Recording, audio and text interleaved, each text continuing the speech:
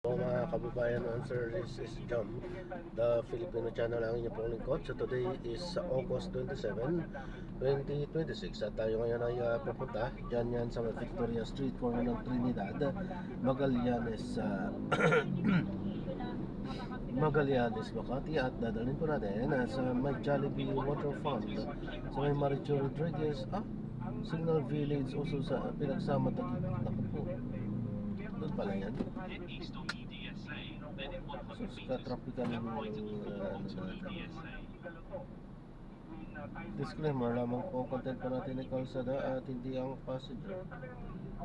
Kaya nga naman sakasakaliwan po na may marinig ka mga pangalan ng lugar, pangalan ng tao, pangalan ng organisasyon sa government o private ganyan ay wala pong kinalaman ng channel nito at wala pong pinapatungkulan. Lahat po ng pinag-uusapan dito ay pang dito lang po yan sa loob at wala pong pinapatungkulan sa labas. Magbabalik po tayo mamaya konti pag nakakuha na po natin sila. Dumating ang China, ilang agents ang inaresto ho ng China ho, ng People's Action Police. Kumbaga ganti ho, Victor Tan, kaya tinatawag ko. No? Pag nagalit po talaga sila sa isang bansa. No? Sa Japan na yun, nagagalit sila. Nung meron nung inaresto yung Japanese Coast Guard ng isang kapitan ho ng isang Chinese fishing vessel, binangga niya ho yung kanyang bangka ho sa Japanese Coast Guard nung inaaresto siya sa Senkaku, mga 2010 po. May mga ilang hapon ho na inaresto rin ho ang bansang China.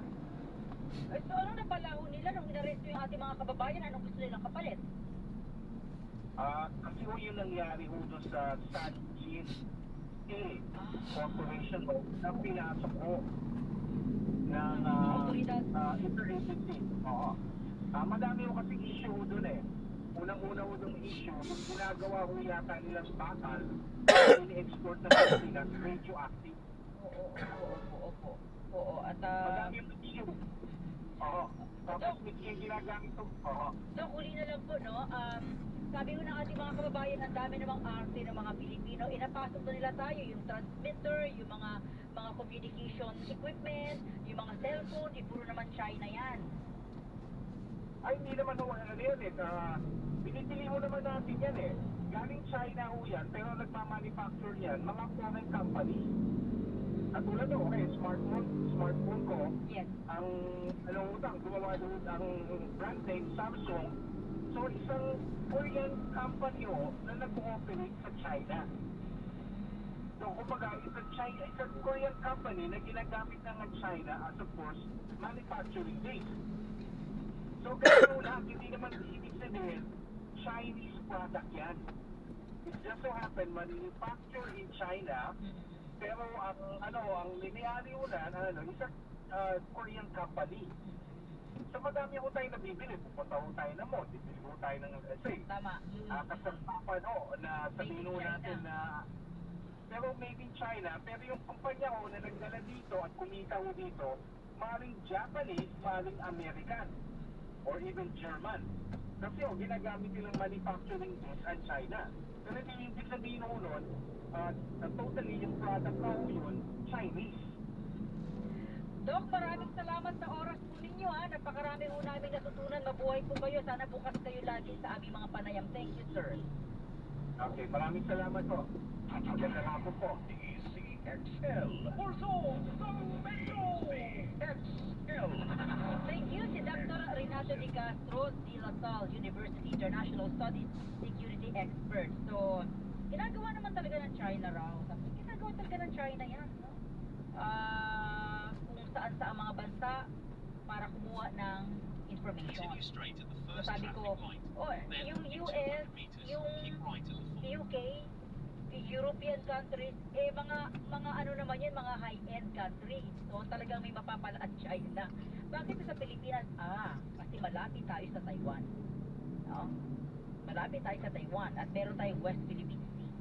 So, bakit top officials? Kasi nasa kanilang information. Sila yung nagdadala ng information, dumadaan sa right information. So possible din na may mga politicians. Pero syempre, kapag nahuli mo, ano ikakaso mo nga naman, di ba? Tama si Doc eh. Ikakaso mo, kung nahuli, dapat ayusin yung ating batas. Eh sa China, pag nahuli ka, nag-spy, ay hindi ka lang kulong, bitay ka. Oh, di ba? Eh sa Pilipinas, kapag nahuli mo nag-spy, so wala rin. Di ba wala lang? Nakailangan lang ng pera. Inapo sa pera. Pera daw, sabi ni Doc. Pera. Sabi ko baka tour or citizenship. So pera ang binibigay. Natural malakihan yan, di ba? Ngayon, ay hindi dinirect na ni Doc, pero sana maintindihan natin na possible. Pwede. Halimbawa, nung nakaraang administration, halimbawa lang hindi ko sinasabing ito na yun. Di ba, halimbawa, sabi nga ni Doc kung noong nakaraang administration, baby sila na dating administration, di ba? Naalala niyo, di ba? May mga Chinese police sa ating bansa, naka-uniforme pa. Saan ka nakakita na ganun? O, pag namimili ako sa SM, naka-uniforme, mga Chinese police. Tapos mga ano pa naman, mga ang yayabang. Oo, sa sariling bayan natin na may sarili tayong authorities, nagpadala rin sila ng mga authorities. Plus, di ba, sabi ng dating Pangulo, yung mga Chinese na papasok sa airport, walang sisita sa kanila, ha? Ayan. Kasi nagkaroon po ng ganoong mandato, kaya lahat ng mga kriminal, nagdagsaan ang urito. Yung mga wanted, mga magnanakaw, mga scammer, bumuo na ng kanilang napakalaking negosyo, nabigyan ako ng mga dokumento dahil po sa ganoong naging maluwag po tayo nung nakaraang administration. Ngayon, nung dumating ang administration ng Marcos, biglang nagbago. So paano ba ibabalik ng China yung dating pakikitungo sa kanila? Possible, hindi sinasabi ni Doc kanina, pero possible, di ba, na siyempre kung may tatakbo na ganun yung simpatiya sa China, susuportahan nila yun.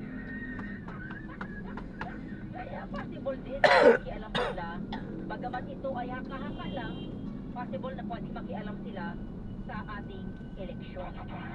CXL Pulso ng Metro. Alam mo, natatakot ako kay Doc pag sinasabi niya na sa 2027 kasakupin ng China ang Taiwan. Anak ko nila ang Taiwan, ha? Ano yan? Isang bansa. Yung Hong Kong lumalaban din sa kanila, di ba? Taiwan. And tayo ang pinakamalapit na bansa sa Taiwan. So possible na tayo maapektuhan. Ako, hindi po dahil kumakampi tayo sa anumang bansa. Pero possible na tayo maapektuhan dahil malapit tayo sa Taiwan. At of course, usapin sa West Philippine Sea. So, may mga spy sa ating bansa, nasa government offices, at possible lang, yung sinasabi ko, sir, possible na mga senador o kongresista at nagpapabayad ng pera para makunan ko ng information kung ano po yung nangyayari sa politika at mga plano sa loob ng ating bansa. CXL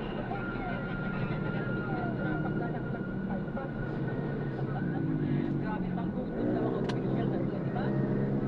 Anyway, mga kasama, ilang dahil natin ganawa natin sa iuling sa pagkukumpara ni Senador Robin Hood Padilla sa paggamit ng mga aliases dito po sa alias ng ating mga limuno at mga nagtanggol para maibalik yung ating kalayaan. Kasama po sa Baban Brothers sa mga sumabog sa ating bansa at sa mga aliases sa confidential fund. 0961-630-7106. Abo lamang po natin mga kasama, hindi dapat inilalabas sa korte ang anumang mga usapin na may kinalaman sa paggulong ng isang kaso. Reaction ito ng law expert na si Attorney Rene Bueno sa panayam ng RMN kasunod ang pag-ibig presiding officer Francis G. Escudero sa sub-judice rule. Naiintindihan ni Attorney Bueno ang desisyon ni Escudero. Dagdag pa ni Bueno na kahit ang impeachment court ay saklaw ng sub-judice rule. Bukod sa pagsasalita o komento, naniniwala si Attorney Bueno na kailangan na ayusin ng mga senador judge ang kanilang mga Pick up po, 100. Victoria po. yung mga sinasabi, yung mga ginagawa. 100. Yan po sa loob ng impeachment court. Grab po, yes po. Abogado na ma-message. Yes, maraw siya sa mga bashers, sabi niya. Dahil mga troll daw yun. Kumakain daw yun sa kakatroll sa kanya. O, napapakain niya dahil tinotroll siya, di ba? Let's go, pinakakain ka namin eh. O, sitweldohan ka namin. Baka pwede magkayos ka rin, sir. Hindi mo kami iingat, sir. Ito pala, papasadahan ko lang yung mga reaksyon ng ating mga kaibigan dito po sa social media. Sabi ni Angie Redaha. Yeah, thank you kay Angie. Maraming salamat. Sabi niya ay good afternoon. Kompleto, alam na alam niyo, si Ate Charito Ramirez.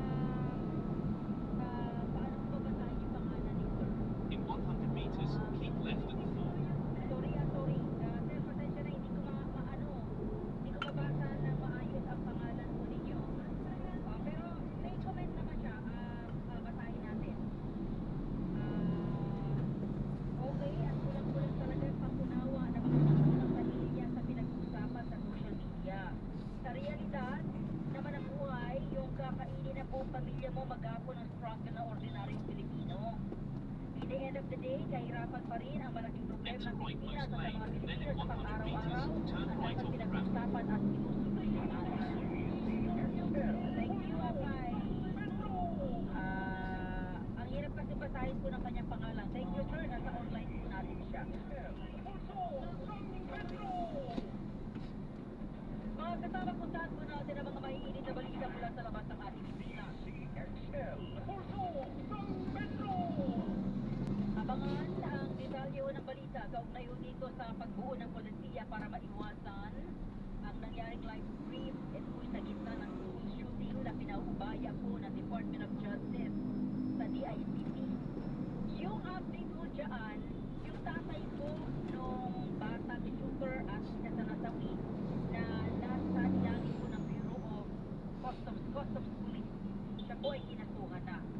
Yung babaeng pulis na kinuna ng baril ng kanyang pamangkin sa Tacloban, sila po ay kinasuhan na rin. Kaya lang, may bagong patakaran na gustong i-impose ni DILG Secretary Rick Villa. Abangan niyo kung ano yan ha. Parang natawa lang po ako doon kasi parang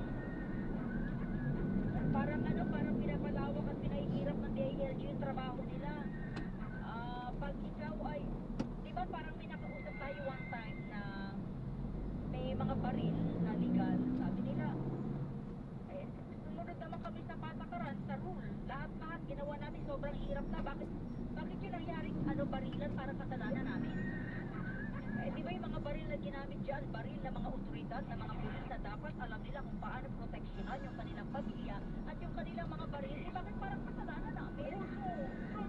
Para sabi nung mga legit gun owners, bakit parang kasalanan namin? Diba? DILG, bakit?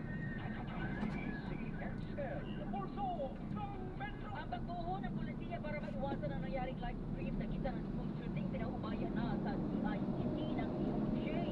Yung amaho ng estudyanteng na Maril dyan po sa Zamboanga City, tinampahan na po ng reklamo. Radyo Mandias, Jai Peña, Florida.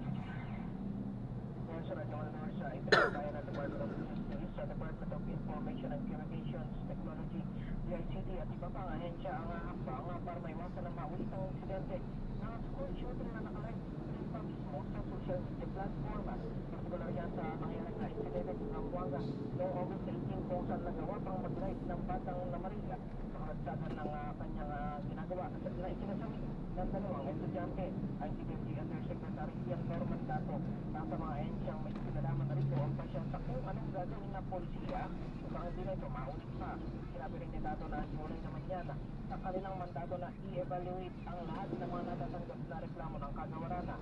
Ngayon ay sinampahan niya ng Philippine National Police ng reklamo ang ama ng estudyanteng sangkot bilang rehistradong may-ari ng ginamit na barila. Niyain ng mga reklamo ang reckless imprudence resulting in homicide and physical injury. Sa Office of the City Prosecutor ng Zamboanga City kung saan sa ilalim na ito sa evaluation na kasama mo sa Department of Justice, Radio Magisteros, Pagod Florida, sa RMN, Sexual, Samantala, 28 billion pisong computer fees na siningil ng Land Transportation Office ipinababalik sa mga motorista. Radyoman Michael Di Mayo.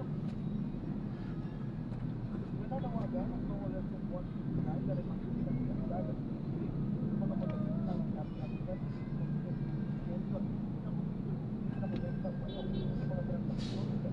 Continue straight at this traffic light.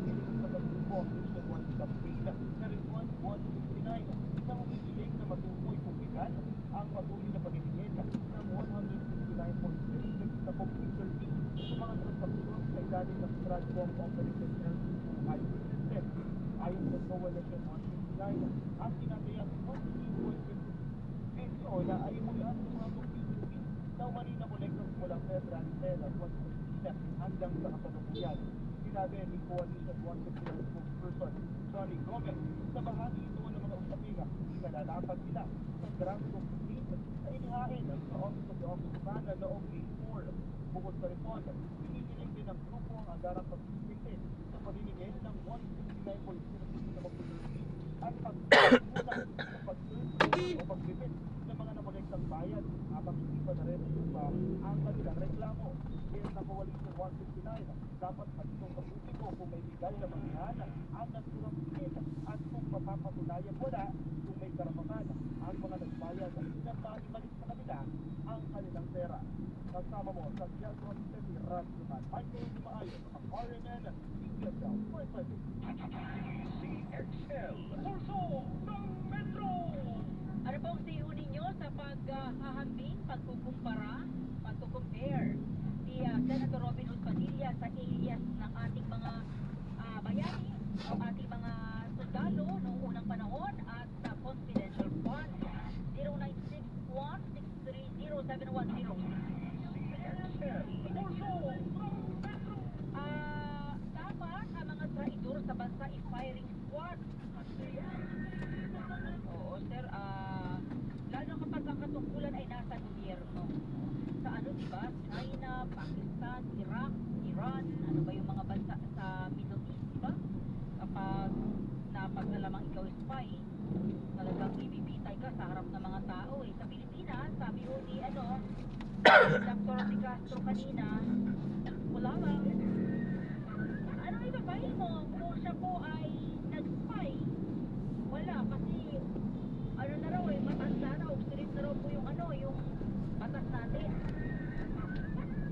Tapos ang kinukuha raw ng China, mga government officials, employees, baka nga raw kung may mga senador or kongresista, gold cash na binibigay. Ganito napakamahal ng gas, di ba? Baka marami tayong mga opisyal na kinakagat yun. Ngayon, uulitin ko lang yung mga kabubukas pa lamang po ng radyo. Bakit? Kasi po sa Continue straight at this traffic light. kukuha po sila ng mga spies sa mga Pilipino plus yung usapin sa Taiwan. Kasi balak ko nilang sugurin lang yung Taiwan sa 20 tayo wala tayong kapasidad para doon. Sugurin ng Taiwan, sugurin ng Taiwan rather, sa 2027 at ang pinakamalapit na bansa sa Taiwan ay ang Pilipinas. Madadamay daw po tayo, no? Oh, yung Taiwan, kahit babae. Na may Taiwan yung mga leader niya dito, diba? Matapang, no? Ano pa yan? Umbrella pa ng China, di ba? Binubuli-buli tayo, yung mga kababayan nyo nga, di ba? Di nyo mabuli-buli. Continue straight at the first traffic light. Then, JR, in 1 sabi niya, baka kilometer, mag-isip turn po yung right. mga binanggit na mga hero, ma. Mga nagising yung ating mga bayani, pagtatampanin tayo naman. Kung alam ko lang na magiging ganyan kayo kahina ngayon, sana hindi na namin kayo pinagtanggol. Hinayaan na namin yung mga ninuno niya para hindi na kayo sinilang. Alam ko lang naging mahina yung mga pag-iisip niyo. Buti raw ay baka raw magising yung mga hero na namatay na ala naman silang confidential at vital fund. Bugbugin siya. Para bugbugin si Senator Padilla. Okay, thank you kay 9530. Ito naman, Ma'am Lourdes, ano to, yung gumawa ng kabutihan sila yung salitang kanto, yung mga pinagsasabi kahapon, natawa ako, madam, pang-artista lang yun doon. Siya pwede, wag dyan sa Senado, si Senator Padilla. Kasi sayang lang po yung pera natin na sinasahod niya. Nagpabinyag lang po ng Muslim yan, di naman tunay na Muslim. Para makapag-asawa kahit tatlo, taga Nueva Ecija yan, sa Kuya po. Alam ko kasi hindi ko na maintindihan to. Okay, so kilala niya raw po. Anyway, hindi natin pwede pakialaman yung kanyang paniniwala sa Muslim, no? Hayaan mo natin siya doon. Ang tao, kahit sa mga gagawin, magkapera lang, kahit yung mga malaki ang kita sa gobyerno, oo nga, totoo yan. Yung sa BSP, di ba? Regular ang kanyang trabaho, 9 years na siya, magkano sweldo sa Bureau of Fire Protection. O, nag-scam pa siya. Hoy, meron pala akong naputol kahapon noon. Niloloko ko ng undigital yung text for work. Oo, kasi di ba itong sa BFP money for work. Babayad ka para magkaroon ka ng lot ng trabaho sa Bureau of Fire Protection. For 20 to 30,000 na nag-file, nag-exam at gusto makapasok, sinabi na sa 2,000 lang ang pipiliin. So talagang kung gusto mo makapasok, may mga demonyo, mga taga-gobyerno, hihingan ka ng pera para makapasok ka. Kahit na may mga posisyon na sila, may mga trabaho na sila, may mga nakita na sila, talagang, alam mo, ano yan siguro dati kumakain lang siya sa chichirya, sa mga karinderya, chichirya, Jollibee, mga ganon. Siguro, naka-tigim ng Shangri-La, kaya pinasok na yung ganitong kalokohan sa loob ng BFP. Bakit po sila nagiging ganyan? Kasi po yung demand doon nila lumalaki rin. Diba? Kunoon po ang kanilang bag ay yung mga mumurahin. Nakatingin siguro ngayon ng mga mga Gucci. Kaya ho, naghahanap ng malaking kita. At nakakita mo sila ng potential. May marami po mga tirahan. Diba? Yun lang yun Ito naman sabi rito, hindi ko kumorolo AI. Mamamaya Then turn right onto Miani Road towards Olympian MGMGA Miani C5 Road. Na ayaw kayong patulan ni Senator Padilla kasi sabihin niya troll kayo. Sabi ko ni 8528, hindi ako troll. Mamamaya Pilipino. Ma'am Lourdes, noong unang panahon gumagamit ng Ilya sa mga Pilipino sa mga mananakop. Walang involved ng confidential funds. Hindi katulad ngayon, niyanakawan ng bansa sa paggamit ng Ilya. Napaka-blank naman si Padilla. Ang mga bayani kaya gumagamit ng Turn Ilya right onto ay Miani para Road towards Olympian MGMGA Miani C5 Road. Ay mga pangalang inimbento lang. Ayun ang punto nga kanina ng istorya na kausap natin, di ba? Sabi niya, yung mga bayani, 100 meters, totoo turn right. talagang tao. Gumamit ng alias para suwabi yung kanilang mga operation pa ilalim laban sa mga mananakop, di ba? Kahit di marinig yan, sino ba yung si tigre, si aso, yung mga ganon. Pero ngayon, number one question natin, totoo ba yung mga nasa alias na yan? Pangalawa, ang sinasabi sa impeachment trial, gumamit ng alias para makakuha ng pera. Ang question natin sa akin din, yung bibili ka ng gamot, wala mga dokumento, tapos yung gamot, 100,000, grabe na rin yun. Parang binili mo na rin yung isang butika, di ba? Sa dami ng gamot na binili mo, siguro naman ngayon, buhay na buhay ka, malusog ka. Isang butika na binili mo, 100,000, 200,000. Di ba parang sabi lang yan naggabi ka ng 1,000,000, ngayon ba tigtig ka pa?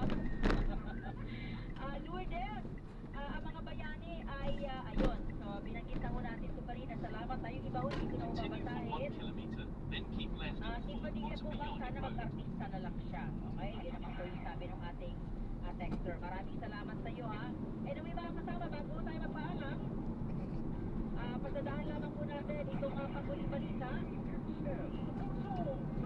Ako advice lang kasi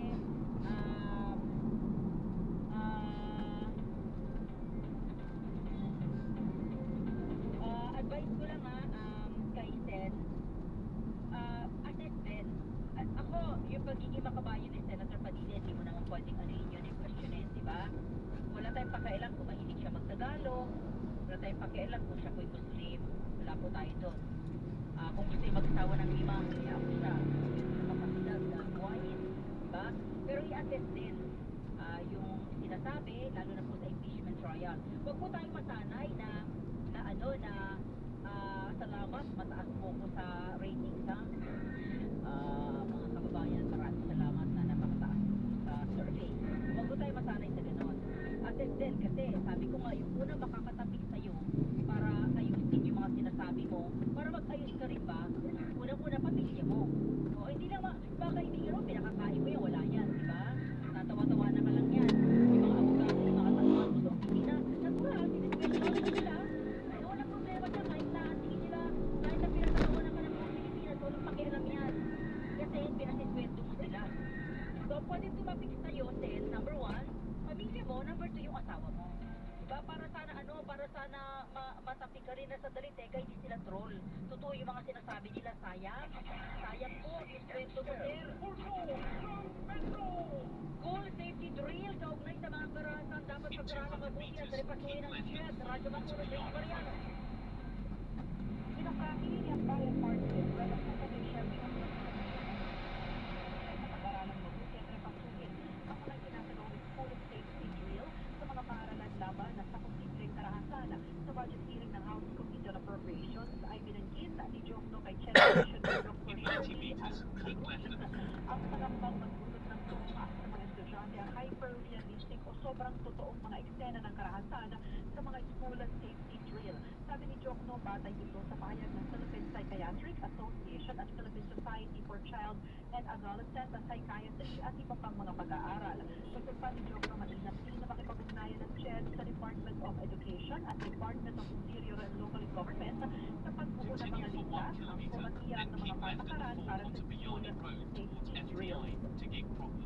Dr. Shirley, if you're aware of the recent statement made by the Philippine Psychiatric Association as well as the Philippine Society for Child and Adolescent Psychology na nababahala sila doon sa hyper-realistic scenarios of violence dahil sa kanilang pag-aaral and based on many psychological studies, hindi nakakatulong yung very realistic na simulation of school attacks. In fact, mataas in one study, makyat ng 40% ang stress and anxiety ng mga estudyante. Sabihin na na-trauma pa sila lalo doon sa simulations na ganon. I hope that the CHED would take cognizance of this and would also take that into consideration in developing your drills. Kayo po ba ay nakikipag-ugnayan sa DepEd at sa DILG for this?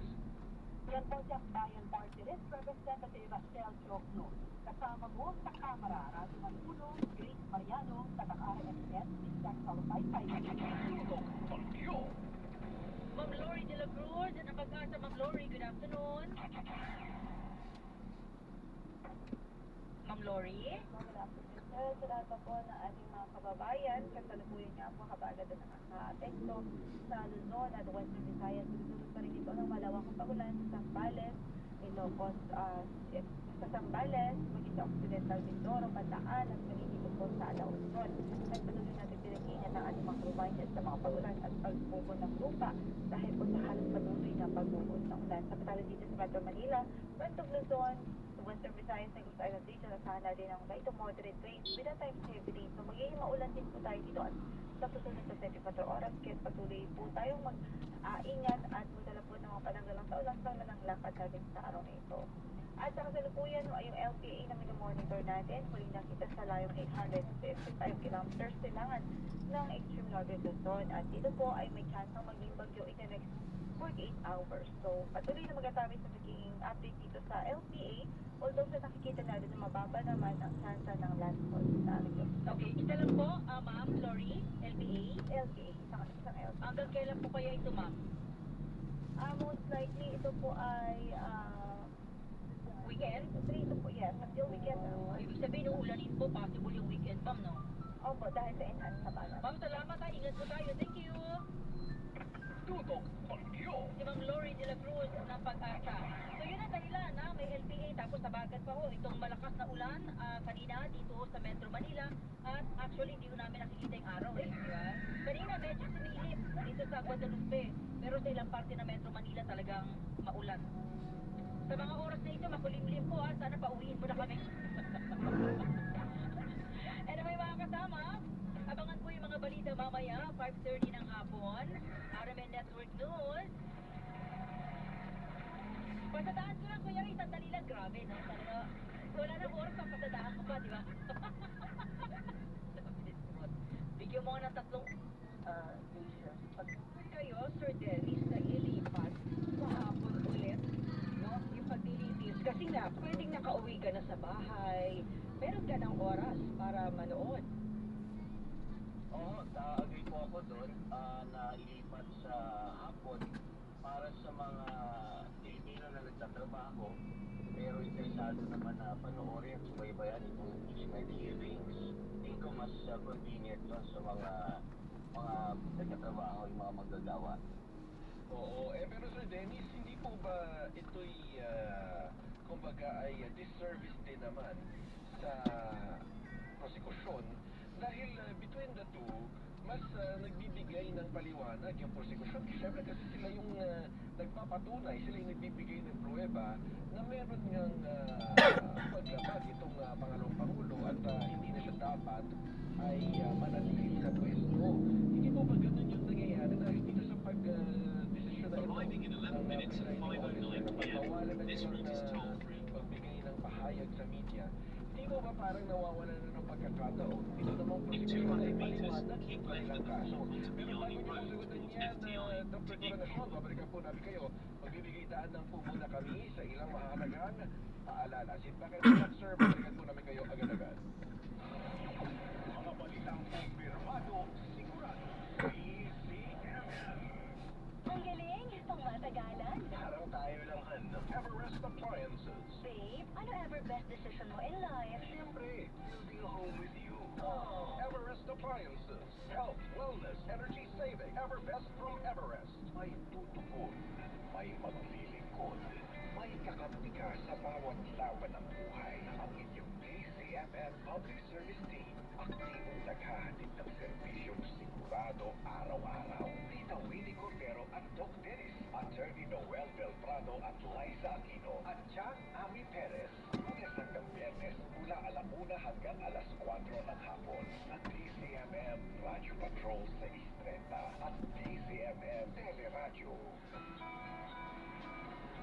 Kapag nanay, kailangan maging magaling sa pag-budget. So, dapat ato sa survey sa pag-budget nila para alam namin yung update daily ng mga bilihin, no? Mga kailangan sa araw-araw. PCMM Radio Patrol sa Islanda. Una sa balita, una sa public search. Hanap mo? Gusto mo ba ng isang piso? Ito na! May money ka sa DCMM Radio Patrol sa 6:30. Sagutin lang ang question of the day sa 630 kHz AM band. Para magpadala ng sagot, i-type ang DCMM 630. Space ang inyong pangalan, space ang area kung saan kayo nakikinig, at ang letra ng inyong sagot. At ipadala ito sa aming cellphone number 0919-278-3000. Ang mananalo ay padadala ng 1,000 pesos sa kanilang e-wallet app. Para sa karagdagang detalye, bisitahin po ang DCMM Teleradyo Facebook page. O, sali na para may money ka sa DCMM!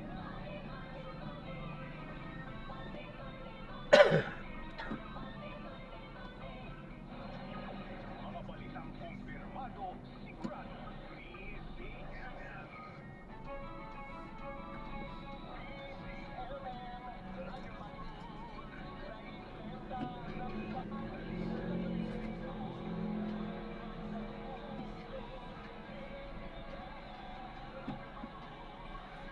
Diyos ko, grabe traffic lagi dito.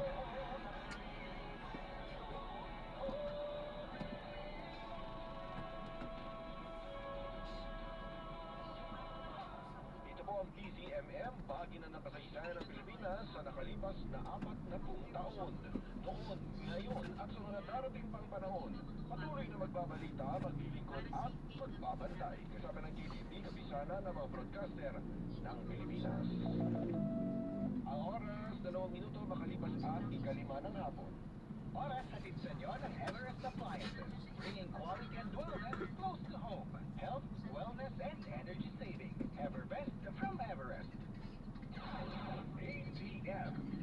Update mo sa PCMM. Balikan natin si Dr. Dennis Coronation, isa pong political analyst at chairperson po ng Department of Political Science mula sa University of Santo Tomas. Magandang hapon po ulit, Dr. Coronation. Magandang hapon ulit, Sir Sandro. Okay. Malayo na yun. Pero Sir Dennis, yun nga, balikan lang po natin, yun nga yung tanong ko, hindi po ba ito disservice sa prosecution? Dahil tila sila yung nagbibigay talaga, naglalaan ng panahon para ipaliwanag yung kanilang kaso kung bakit nga nahabla at bakit dinidinig sa impeachment court si Vice President Sara Duterte.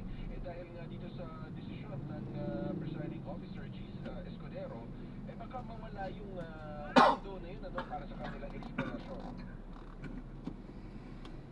Sir Dennis? Sir Dennis?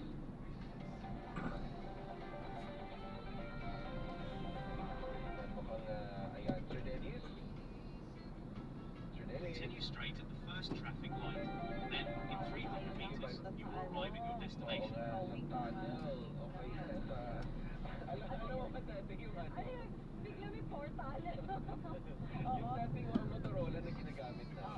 Hindi ka pwedeng mag-Motorola sa ilalim ng transformer. Yung ba yung Poste ng ulo kuryente. Oo. Yung kauna-unahan. Oo, yung... Oo. Oo, kasi nawawala. Mali pa yun, di ba? Ayan, Mali. balikan natin si Dr. Dennis Nakalabas ng Coronation. portal. Magandang hapon po ulit, Sir Dennis. Sir Dennis? Bumalik sa portal. Ayun, baka pumunta naman siya sa past ngayon. Oo, sabi niya kasi future ang gusto niya.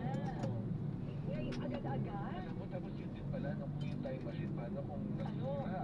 Ay, oo. Hindi ka na Tapos, mabalik di ba, ng may kaibigan kang yung sinabotahe ka. Tinanggal sa saksahan yung time machine. Ito, balikan natin ulit si Dr. Dennis Coronation. Magandang hapon po ulit, Sir Dennis. Sir Dennis? Magandang hapon ulit, magandang hapon ulit. Opo, Sir Ay, Dennis. nasa line na lang kasi Opo. nasa future na ba kayo? Kasi nga maano yung video mabigat yun nga po, Sir Dennis, hindi po ba disservice sa prosecution itong ganitong pagpapasya ng presiding officer? Well, tingin ko po hindi, kasi may ganyan rin naman magiging problema yung yung business natin. Kasi sila yung boundary naman ganyan. So, if it's the third of the defense natin, present their witnesses and present their evidence, bawal din sila comment outside the court. So, ang tingin ko dapat solution In 200 meters, you will arrive at your destination. avoid yung sinasabi ng disservice to the prosecution panel and possibly to the defense panel is for them to come up with a set of guidelines. Lalo pat may mga kanya-kanya silang spokespersons na after the impeachment hearing, i-discuss sa media yung nangyari, dapat mag-set na lang ng parameters. Oo, na contained in a guideline and agreed by both parties. Agreed upon by both parties. Together with the impeachment judges. Oo, hindi po ba kalabisan yung 30,000 pesos kada violation? Ito po ba'y nakatakda sa Rule 18 o pinag-usapan na lang doon po? Well, hindi ko po nakita pa yung Rule 18, pero tama kayo, medyo malaki yung amount. Kahit naman mga lawyers, yung mga yan, tingin ko, pag napatawad sila ng ganyan fine, mabigat talaga po yung sa bulsa. Pero Doc, hindi po ba yung nagkulang din itong presiding officer doon naman sa punto ng kumbaga pag protesta rin doon sa mga nagkakalat ng fake news. Lalo na kung babalikan nga rin natin, umalma itong si Representative Jill Jokno dahil nga doon sa in-splice na video na pinost naman ng isang senator judge na si Senator Pia Cayetano na yun nga, kumbaga parang ngayon kasi ito yung kauna-unahang impeachment na talagang malala na, kumbaga talagang lantad na lantad yung paggamit natin ng social media. Kasi lumapas, wala pa Oo, yan. at alam naman din natin sa social media may fake news. Sa tingin niyo po ba nagkulang din ang pagsuway naman doon sa posibleng pagkakalat ng fake news? Pero isa ba ito sa mga kasama sa litanya? Parang wala na. Wala ba? Hindi ba Parang hindi masyadong nabanggit. Oh, anyway, tabula rasa naman daw, yung past is past. Yung kumbaga, ang titignan yung mga ngayon, mga lalabag ngayon. Sir Dennis. Well, ang understanding ko po dyan, no, given yung sa dami na nangyari na ng pag-uso, no, ng paggamit ng social media, ng lahat ng mga parties involved, prosecution panel, defense panel, even the senator judges, tingin ko itong sinasabi ni presiding officer, Justice Escudero, covered po ito lahat, no, except of course those who have nothing to do with the impeachment trial. Siguro kasama na dyan yung mga vloggers, at saka yung mga political commentators, mga lawyers na nag-guest to analyze kung ano nangyayari sa impeachment hearing. So, tingin ko hindi sila covered niyan. Nagiging ano lang, siguro magiging issue lang yan. If, again, yung pinost ng isang vlogger ay ginamit na naman ng bawa ng isang impeachment o ng senator judge in a way na parang may nagpo-produce ng isang illegal conclusion o kaya nag-i-impute ng masama na bagay o reputation sa isang involved sa impeachment. Hindi po ba kumbaga nagkulang din itong presiding officer dahil nga po yung rule na yan bago pa man nagsimula itong impeachment trial sana ay pinatupad na agad o kaya katulad ng ginawa niya nung siya yung Senate President pa na pinaalalahanan niya bago pa man nagsimula, actually hindi nga nagsimula yung naunang attempt na magkaroon ng impeachment trial laban sa pangalawang Pangulo di ba naalala natin nung siya yung Senate President mayroon siyang paalala, pinagbawalan na niya yung mga senator judges na huwag na silang magbigay ng mga komento sa media kaugnay nga dun sa gaganapin na impeachment trial although hindi nga natuloy hindi po kaya sana nung bago pa magsimula itong impeachment trial proper muli siya nagpaalala lalo siya naman yung presiding officer. Well, yun nga po na nagtataka ako kung bakit nagbago ng stats si Senator Jesus Escudero, no? Naiwasan sana to kung sinunod niya lamang yung kanyang stats ako na very, siya strict. Kung siya, siya ba yung presiding, siya ba yung Senate President? You have arrived at your destination. Wala sanang problema. Lumalabas, marami po nang nangyari. May mga nasaktan doon sa mga comments at maaari nakadamit yung Pero ba? mga comments. Tapos saka lamang Sige po, ingat po nga. Ligtas po. Ingat po. Tama kayo doon. Sana kung gano'n siya kaigit doon, kung siya pang Senate President, very good sana siya. Gano'n siya kaigit ngayon. At dapat, pantay-pantay ha, at lalong mas titignan ngayon, no? Talagang nakaabang kung sino yung mga lalabang.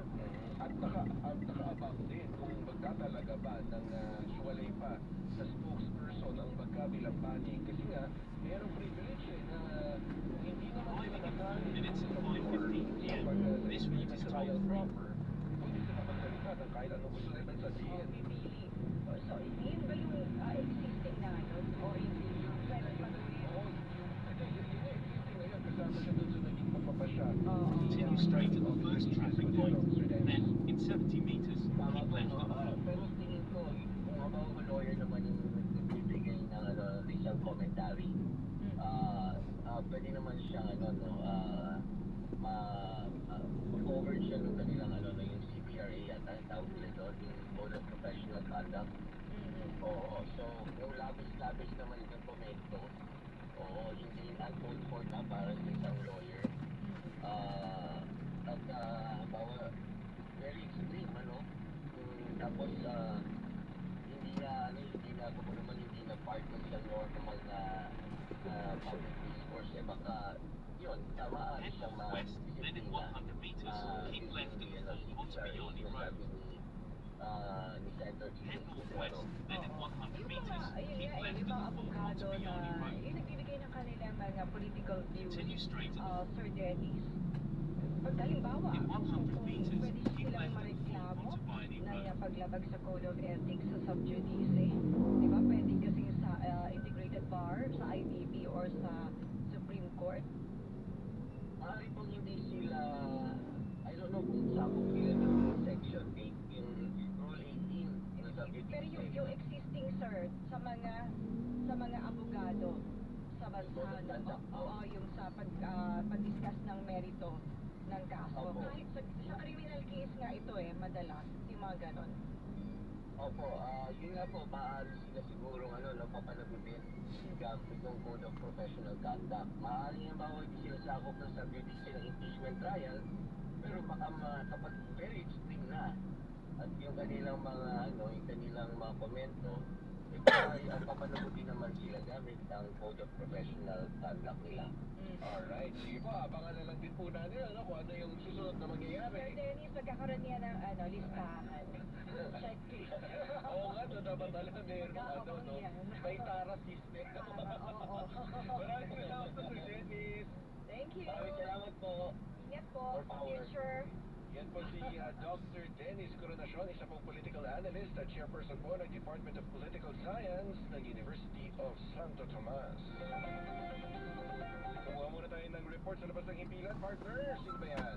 Ito. Hindi ko kaya panoorin to. Naku, alam mo na. Sanang i-share na to. Nung nakita ko nga yan, Nakaka-trauma. hindi ko binuksan. Tapos sinabihan ko na yung postings online, ayusin. Kasi nga, kawawa.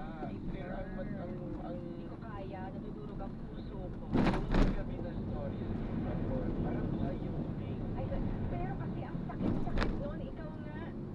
Diba? Eto, sige, kunin natin muna ang balita. In Pero 200 meters, ng you will Philippine arrive at your Animal destination. Welfare Society ang ginawang pagsindi ng apoy sa isang kuting na viral ngayon online. Ang detalye ng balita mula kay JM Pineda ng PRTV News. JM? Yes, ma'am, ikinabahala nga ng Philippine Animal Welfare Society o POS ang kumakalat na video ngayon sa online kung saan sinilaban ng tatlong lalaki ang isang kuting. Makikita sa video ang pagbuhos ng alkohol ng isa sa mga sangkot sa may sinilaban ito. Kasama ng lalaki gamit ng lighter. Lumiyap ang kuting at tila pa nagpag-iwang-iwang pa. Maririnig din sa video ang pag-iyak nito habang balot ng apoy ang katawa.